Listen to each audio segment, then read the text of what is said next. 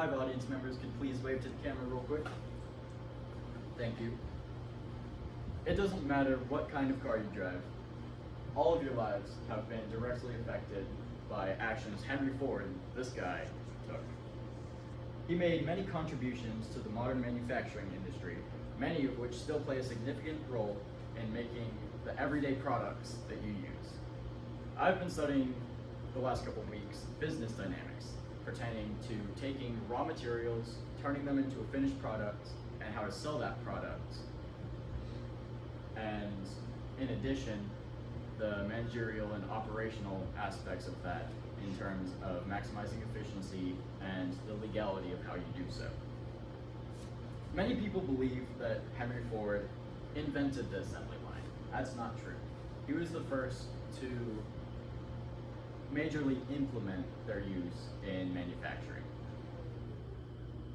An assembly line is where, rather than having workers come together to work on a product, you have a product move along the line to stations or workers who have a specific task to perform to slowly build up that product until it's finished.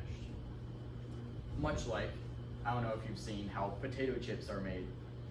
In a potato chip factory, you've got machines that wash them and then slice them, and the oven that bakes them, and they gotta be carried to where they get packaged.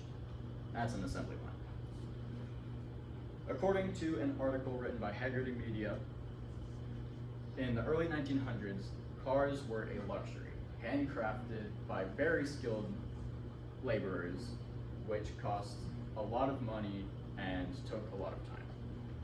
According to an article on Ford's corporate website, when Henry Ford first implemented assembly lines in his Highland Creek plant, production times of the Model T went from 12 hours all the way down to 90 minutes, which saves a lot of time. The business can produce far more products and sell more products. The second way Ford had major effects on manufacturing is in a lawsuit between Dodge and Ford. According to Justia Law, in 1919, Dodge argued that a business's primary concern is to return profit to its shareholders. The Dodge brothers held a 10% share in Ford and didn't like when he decided to end special dividends and instead reinvest extra money at the end of the year into his company to do things like pay employees more, decrease the price of his products, and build more plants. The Dodge brothers argued that a business should be working to return money to its shareholders instead of investing back into itself, or the owner taking money, or CEO taking money.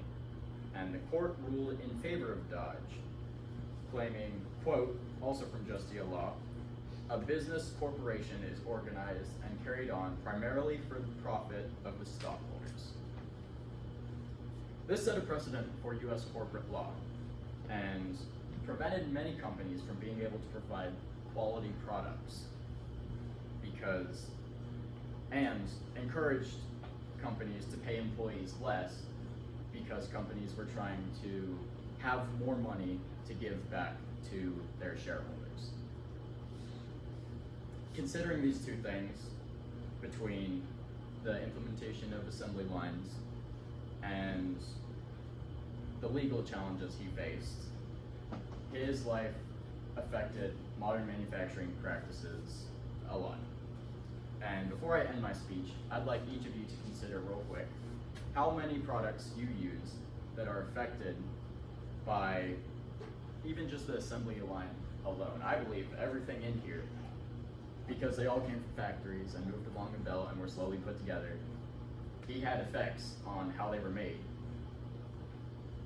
So yeah, thank you for listening to my speech.